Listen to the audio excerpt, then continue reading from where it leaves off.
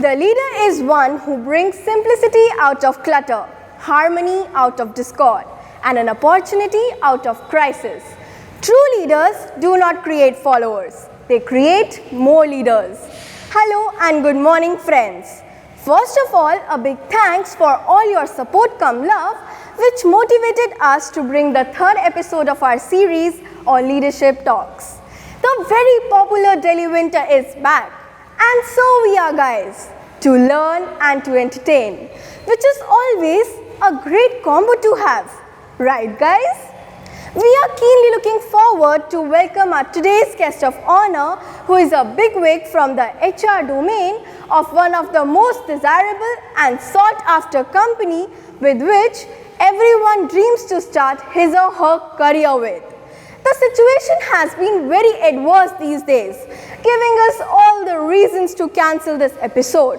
Rising cases of corona in Delhi and farmers' protests across Delhi borders made sure that our guest could not travel physically to Delhi.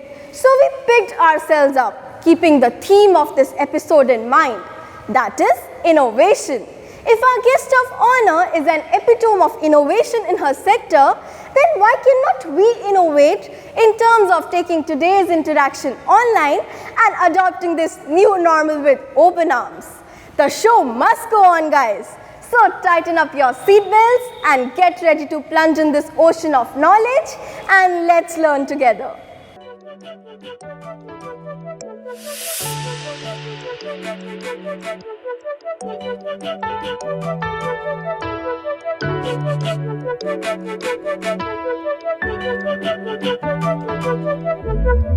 So let us know, friends, a bit more about today's guest of honor, Ms. Shanwats, Senior Lead Talent Acquisition, Infosys. Born in Srinagar and traveled all across the country as she belongs to an army family. The army upbringing has helped her to become more adaptive, accommodative, and understanding of people from all backgrounds. Post completing her BTech, she worked as a software professional at HSBC Technologies, Pune. There she discovered her passion for HR while working as a member of Doolittle's team on various employee engagement initiatives. She cleared Symbiosis National Aptitude Test for MBA in first attempt. Her stream in MBA was HR and marketing. She got scholarship from Symbiosis University to pursue second masters in UK with specialization in international business.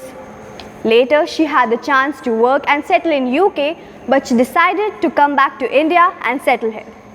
As luck would have favored, in addition to her hard work, she landed herself in her dream role as a campus recruiter for Infosys, which was her dream company. She will complete a decade with Infosys in March next year. Presently, she is the leading North India campus recruiter for Infosys, with program managing some of the largest campus recruitment programs at Infosys. First, Hack with Infi, Infosys' flagship annual eSchool Pan-India Hackathon competition. In its last session, it received 1.67 lakh applications, making it one of the biggest hackathon events designed by Infosys. Second, Winternship, Infosys Winter Internship Program, which is the largest structured fully residential internship by Infosys. So quickly moving to the venue for today's session, let's meet our guest of honor. At last, here we are, guys. Innovation is not just about having an idea, but executing it so that it creates value. It incorporates three key concepts. First, an idea, execution, and then value creation. If any one of the component is missing or not taken care of, the result could be different than desired. So it is very important to maintain the right balance and take care of that thin line. So quickly coming to the point now, here we are sitting in front of our guest of honor for today, Ms. Shanwats, Senior Lead Talent Acquisition from Infosys. Thank you so much. Hello, Namrata. Yeah, hi, Namrata. It's such a pleasure to be here. Thank you so much, ma'am. It's same here. It's pleasure having you here. Thank you so much, ma'am, for taking out time from your busy schedule and giving us chance to interact with you. Okay, yeah, it's like I said, it's a pleasure being here, and I'm looking forward to taking all the questions from you. Like you mentioned, innovation, even in the present setup, in spite of the circumstances, we have ensured that this interview happens. You know, you are aware about the farmers' protests, and also because of the COVID situation, things are not as per what they were planned. But nonetheless, I'm glad that we've been able to apply innovation even in this particular episode, and we've been able to hold it in spite of all the shortcomings. Yes, ma'am, absolutely. Thank you so much, ma'am, for cooperating with us. It's really a pleasure. So, ma'am, our audience is very eager to hear you. Should we start our session? Yes, please do. Yes. So, ma'am, our first question for today is, in spite of being IT professional initially, you decided to switch to HR field because of your passion. Where does your passion came from? What are the risks that you have taken and how you turned it around? So, first of all, I would want to say that, there's a very famous, speech by Steve Jobs, which talks about connecting the dots. Okay. In that, he talks about his life and how he's been able to connect the dots when he looks back on the life. So more often, it would probably, sound very strange when somebody from engineering field goes into HR. But for me, it makes perfect sense when I look back, and I'll tell you how. So let me share my journey. Okay. So I joined engineering because I was a science student and I really was very passionate about science. After I did my BTech in IT, I worked with HSBC Global Technologies as a software developer. Okay. And while I was working, I got involved in this voluntary program, which was called the Doolittle's team. Okay. So this particular team was involved in doing a lot of employee engagement activities and events for the company. Okay. While I was doing that, I realized my passion for, people. I really enjoyed being with people, conducting those, employee engagement events, interacting with people, solving people. I was very closely working with the HR of my organization. And that's when I understood the nuances of HR field very well.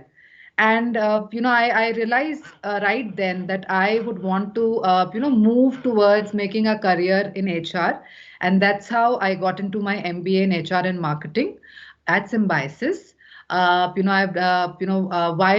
I was pursuing my MBA, I also got a scholarship from Symbiosis International University to do my second master's in international business. Now, right after I completed my international business from UK, I came back to India and I got an opportunity with Infosys. At Infosys, I'm working here as a campus recruiter for close to a decade now. Okay. And, how it makes perfect sense for me now is that my BTech IT knowledge hasn't gotten wasted because I'm working in an IT company in a recruitment role. So my understanding of IT has come really, really handy for understanding the business as well as what positions I hire for. So that it gives me a very deeper understanding of what profile I'm hiring for and also the business. Okay. And, as far as my HR domain is concerned, of course, my MBA in HR has really come handy. International business, my second master's in international business has come handy because, I'm working for a multinational company wherein I'm working with people from all cultural backgrounds.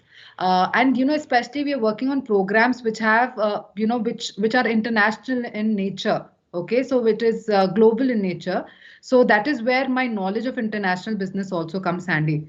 So when I look back, my all the dots connect up, and that's the beauty of it. So that's what I think is most interesting.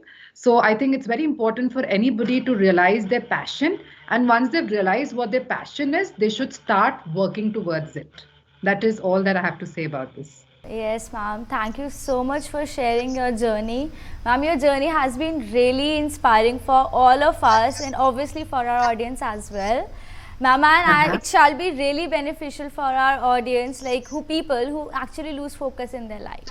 And it also proves that if everyone, his or her, just put continuous efforts in same direction, they would definitely achieve their future dreams and all the targets. No, Thank absolutely. you so much, ma'am. There's a very beautiful saying, किसी भी चीज को आप बड़ी शिद्दत से मांगते हैं तो पूरी Absolutely. कायनात आपके लिए उसे हासिल करने में आपकी मदद करती है. Yes, So I ma'am. personally feel कि कुछ भी आप करो लाइफ में, कुछ भी करना है उसे बड़ी शिद्दत से करो, बड़े मेहनत से करो, and I'm sure you will get what you desire. I am very, very confident about it. And I'm speaking from my own experience. So you should always have your focus. Your focus should be like that.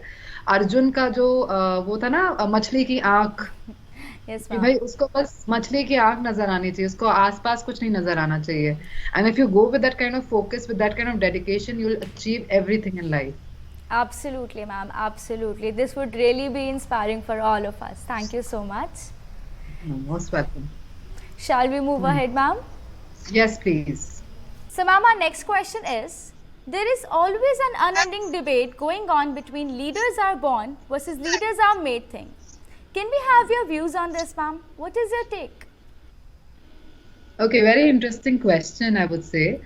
Very honestly, I think it's a combination of the two.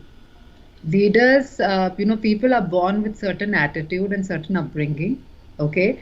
But at the same time, you can train leaders as well, okay? A classic example of, leaders being trained is that in the army, okay? In army, people, even though when army is not at war, they are trained for, they have exercises, okay? They kind of create a scenario, a warlike scenario, and they will train their jawans and their officers to behave in a certain manner when they face a similar situation in the real world scenario, okay?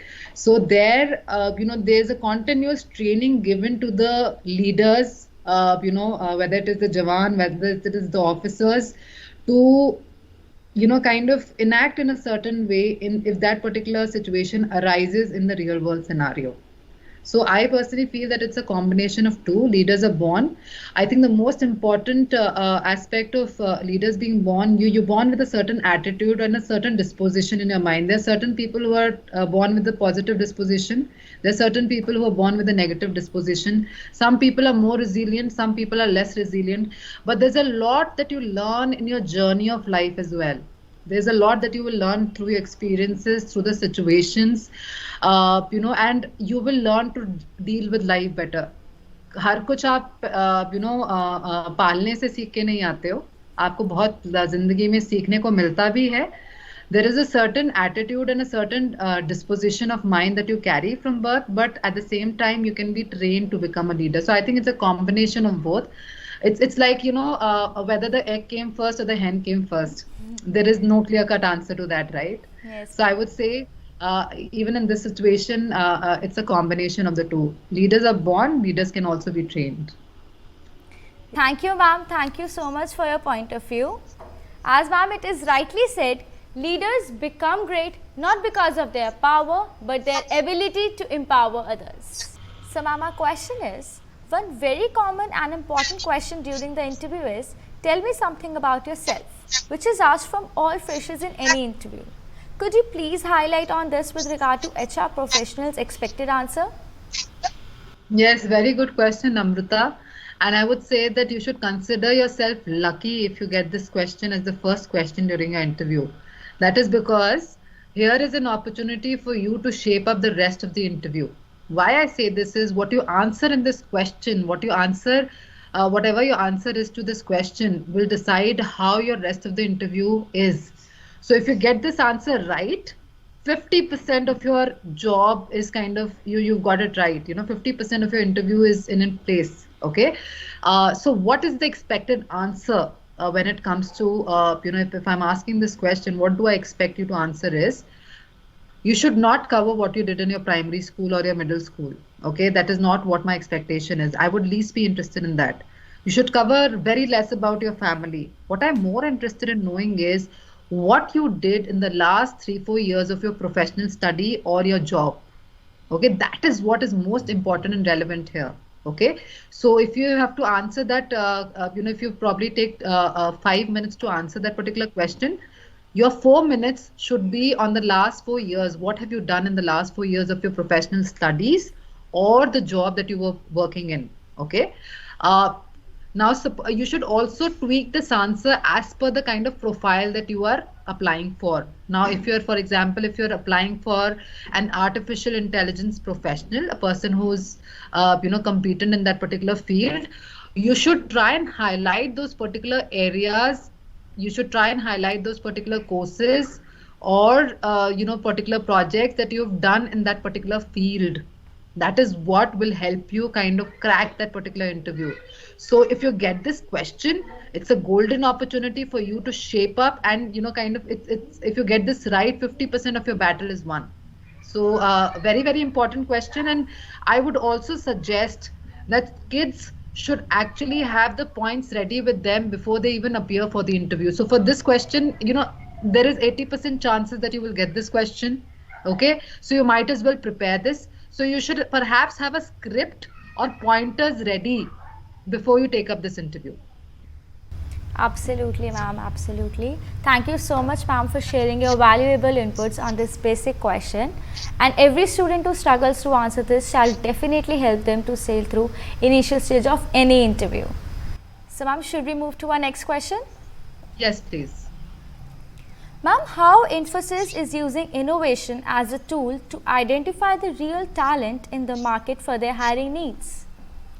So, very interesting question with respect to innovative practices that Infosys adopts to hire talent. I would want to take two very interesting examples here. The first one is InfiTQ certification exam.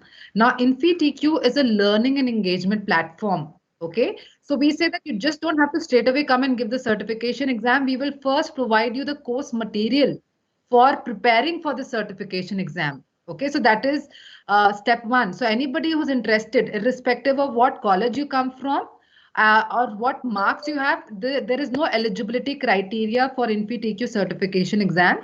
So you can go and start learning on the platform.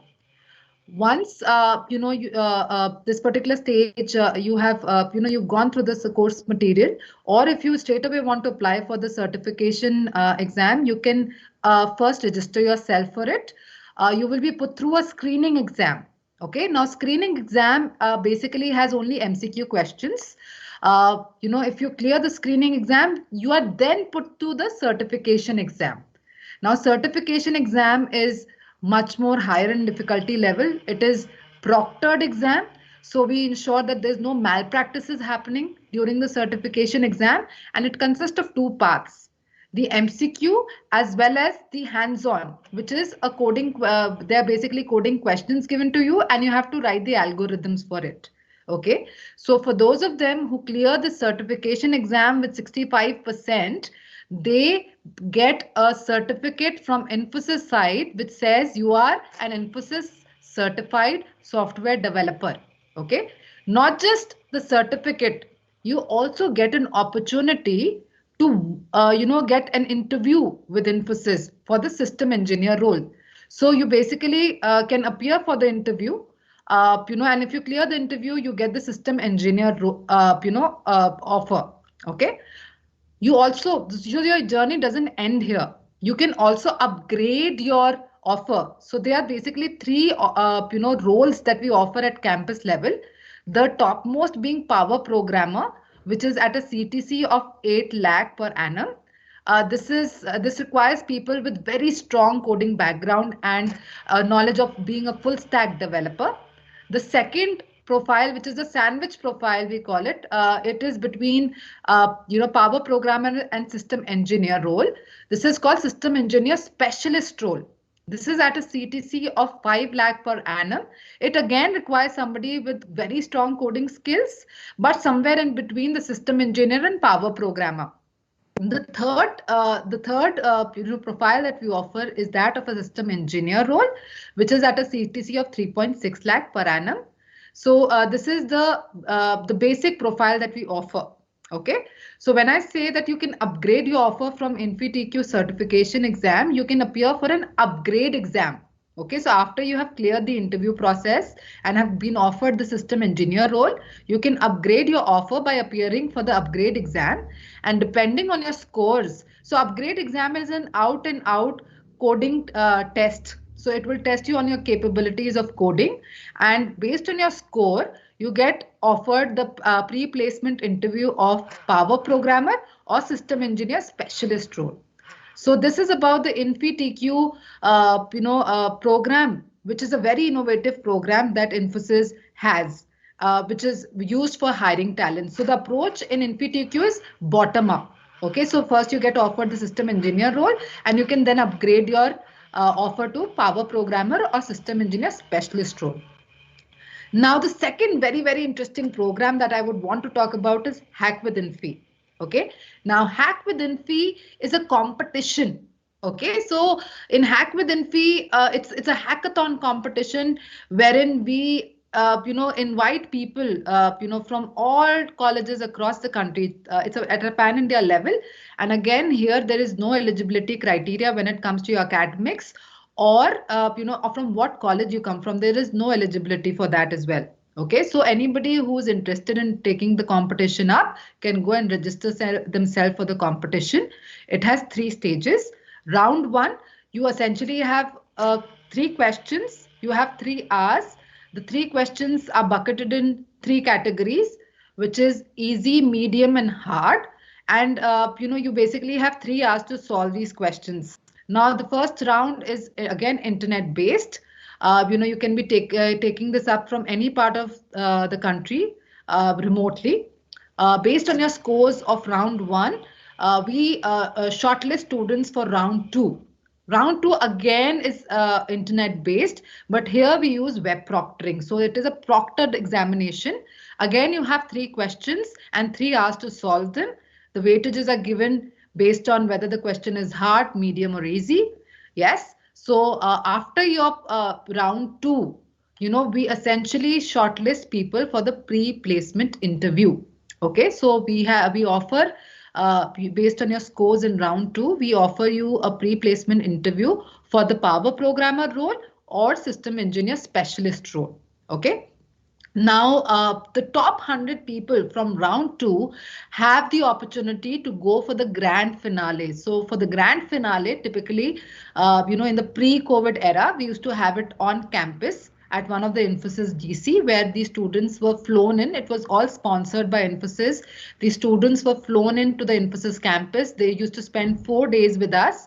And we used to hold a lot of things apart from the hackathon. There was a 24-hour hackathon which used to be on the campus. Apart from the 24-hour hackathon, there were a number of sessions, learning sessions, cultural sessions, project showcase sessions which were held as part of the program. Okay, so it used to be a very exciting competition, and also there was a lot of immersive experience of the Infosys culture. Okay, the prize money for this competition, the total prize money was 3.5 lakh. The winning team used to get 2 lakh. The second team used to get 1 lakh, and the third team used to get 50,000 rupees. Okay, so this was in the pre-COVID era wherein the competition used to happen on campus. In the post-COVID era, when the COVID-19 started, we realized that we have to do this event virtually. So we hosted this event on our very own Meridian platform, which again has been, developed by our Infosys engineers. It's a platform which kind of hosts virtual events. So this year we conducted Hack with Infi virtually, on the Meridian platform. And again, we had a great participation for it. And, for people who won the competition, they got their prize money and also an experience of the Infosys culture. And of course, the coveted title of being the Hack with Infi winners. Okay, so that is about the Hack with Infi competition. So through both these programs, we are hiring for the top 3 roles that we offer at campuses. And this is one of the innovative way of hiring, which is very non-conventional. And this is apart from the traditional campus hiring that we do. So, yeah. Absolutely, ma'am. It was really engaging. And ma'am, as it also proves that hard work and dedication pays the best price.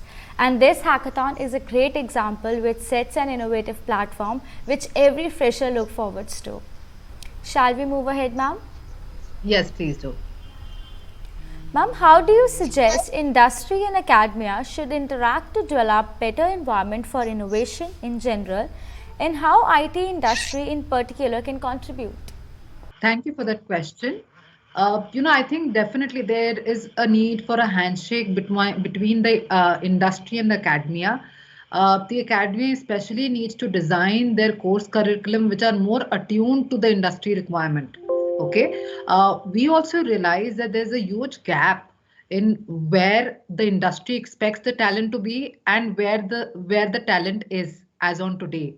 And to address this particular gap, especially, that is why programs like InfiTQ came into existence. Okay, so through programs like InfiTQ, the platform, we are trying to address that particular gap where we are providing an opportunity to the students to upskill themselves so that they become more industry ready. So as an industry, we need more programs and more handshakes like this with the academia. So this is an example which I can take from Infosys. Thank you. Thank you, ma'am. Thank you so much for throwing light on this industry and academia collaboration debate. This has just always been a hot topic of discussion. And these points Right. shall be preserved and used at the right time for betterment. Thank you so much, ma'am. Right. Thank you. So, ma'am, moving towards our last question for today is, what is the most difficult part of being a leader, and what inputs you would like to share with our young audience listening to you who aspire to become one in their chosen areas? I think the most difficult part about being a leader is walking the talk. You have to set the right examples, for your team to follow. Okay, so it's very important to practice what you preach. Okay, so that is number one. My second thing, is which is very important characteristic a leader must have is being resilient. Okay, especially in times which are ever changing. So it is very important that you should have the ability to bounce back and adapt yourself to the change. COVID-19 situation is a classic example of that, okay, wherein in-person teams have gone to be being remote teams. So, as a leader, you have to manage teams wherein you would not, meet people on a daily basis. You have to manage them remotely. So it is very important to be resilient and adaptive to changes in such circumstances.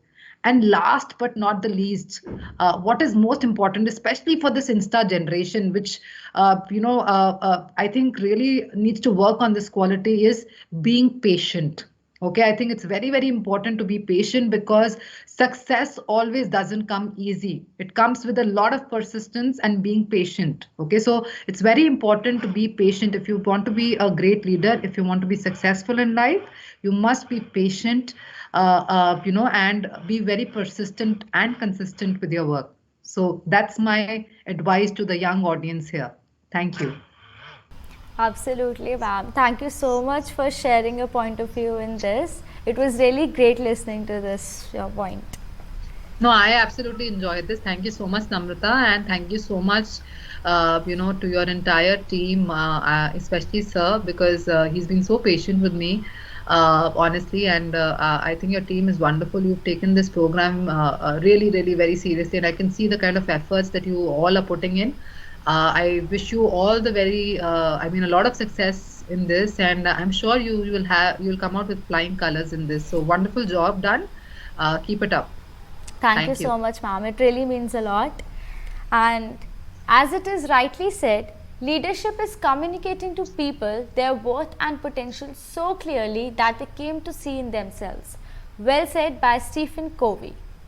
Thank you so much, ma'am, again. It was really a lifetime experience for me and our audience listening to your wonderful answers come points shared for diverse types of questions we asked you. You have shared your views in such simple words, and it's up to our young audience now to brainstorm and note all major points for building up their career. I would once again like to thank you on behalf of Internware, internship cell of IITM Janakpuri, to be here today with us for this show. Ma'am, it was really a memorable experience, and I wish you very good luck for your future endeavors and stay healthy always. Thank you so much, Namrata. I had a wonderful time, honestly. The kind of questions you came up with, it really put me in a spot at a lot of times, but they were very interesting questions. And, I really had a very good time. And I would want to personally thank your team, especially Sir, who's been constantly following up with me for this.